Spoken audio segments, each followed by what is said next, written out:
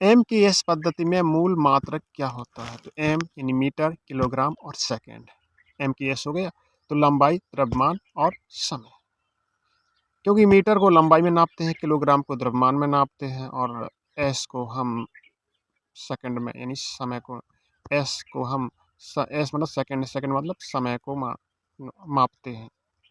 गति के कितने प्रकार होते हैं? तो गति के 4 प्रकार होते हैं। रेखीय गति। तो रेखीय गति क्या है? जब कोई वस्तु सीधी रेखा में गति करती है, जैसे ट्रेन हो गई, और साइकिल यदि सीधी रोड पर चलती है तो एक साइकिल हो गई, और चींटी यदि सीधी रेखा में चलती है तो भी रेखीय गति हो जाएगी, और यदि कार भी यदि रोड पर सीधी चलती है तो भी रेखीय गति हो जाएगी। यानी एक रेखा में जो गति होती है वो रेखीय गति होती है।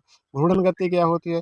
तो घूर्णन गति वह गति होती है जो अपने अक्ष के चारों तरफ घूमती है। जैसे साइकिल का पहिया एक्सल के चारों तरफ घूमता है तो उसकी घूर्णन गति हो जाती है। जैसे सूर्य अपनी धुरी पर घूमता है, पृथ्वी अपनी धुरी पर घूमते हैं, तो ये घूर्णन गति हो जाती है। वृत्तीय गति क्या है? वृत्तीय गति क्या है? जब कोई अक्ष एक निश्चित हो, उसके चारों ओर कोई घूम रहा हो, अक्ष निश्चित हो।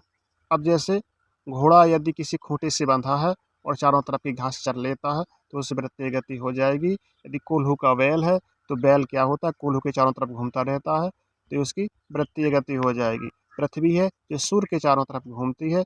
जो ग्रह किसी ग्रह के चारों तरफ यदि चक्कर लगाते हैं तो वृत्तीय गति हो जाती है।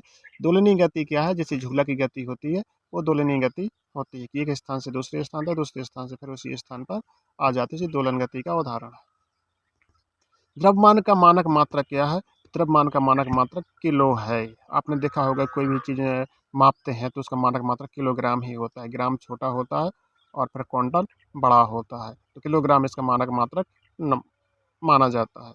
मानव शरीर में सामान्य ताप कितना होता है? ये तो आप समझ ही गए होंगे, 37 डिग्री सेल्सियस होता है। गति किसे कहते हैं? तो समय के अनुसार किसी वस्तु उसके भाग की स्थिति में आए परिवर्तन को गति कहते हैं। मतलब जब कोई वस्तु के किसी निश्चित समय में एक स्थान से दूसरे स्थान पर चली जाती है तो उसे हम गति कहते हैं। तो हमेशा उसमें परिवर्तन, समय के सापेक्ष परिवर्तन होता ही रहता है। जैसे बस एक स्थान से, जैसे 1 घंटे में बस महोबा से छतरपुर पहुंच गई तो वो उसकी गति हो गई। गति का, अब ये हैं गति के नियम। तो गति के 3 नियम होते हैं।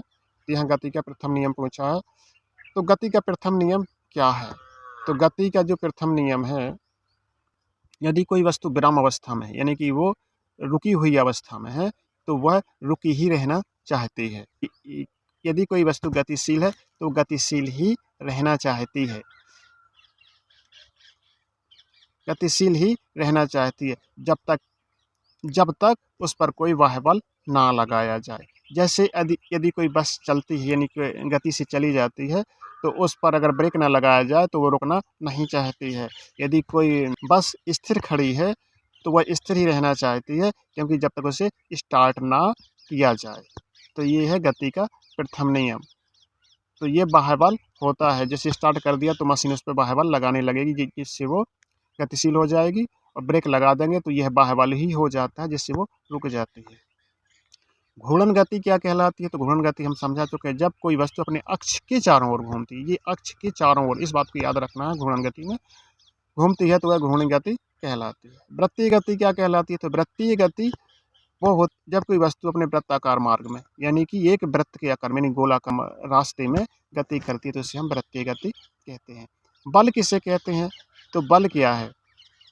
बल जब किसी वस्तु पर दूसरे द्वारा आरोपित किया जाता है, यानी कि बल लगाया जाता है। जैसे बल वह धक्का है या खिंचाव है जो एक वस्तु दूसरे पर आरोपित करती है। जैसे हम किसी को थप्पड़ मारें गाल पे, गाल हो गया एक वस्तु और हम हो गए दूसरी वस्तु, तो हमने बल लगाया तो उस पे गाल पर थप्पड़। यदि हम किसी को धकेलते हैं तो हमारा धकेलना उस पर बल आरोपित करना हो जाएगा। दोलन गति किसे कहते हैं? तो दोलन गति जब कोई वस्तु किसी मध्य बिंदु के दोनों तरफ गति करती है, जैसे झूले की गति, तो उसे हम दोलन गति कहते हैं। तो इसमें मध्य बिंदु याद रखना है कि मध्य बिंदु के दोनों तरफ गति करती है।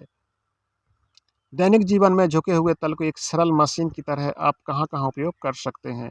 झुके तल का मशीन की तरह प्रयोग, तो लोहे के भारी सामान को मजबूत पटरा लगाकर ऊपर चढ़ाना।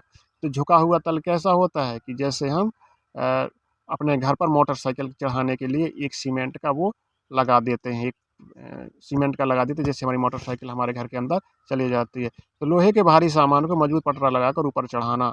मकानों में सीढ़ी के रूप में, तो सीढ़ी भी एक झुका हुआ तल होता है, सीधी नहीं लगाते, एक झुके हुए। पहाड़ियों पर घुमावदार सड़कों के रूप में, जो पहाड़ियों पर सड़क बनाई जाती है घुमावदार के रूप में बनाई जाती है ताकि खिसक के नीचे ना आए।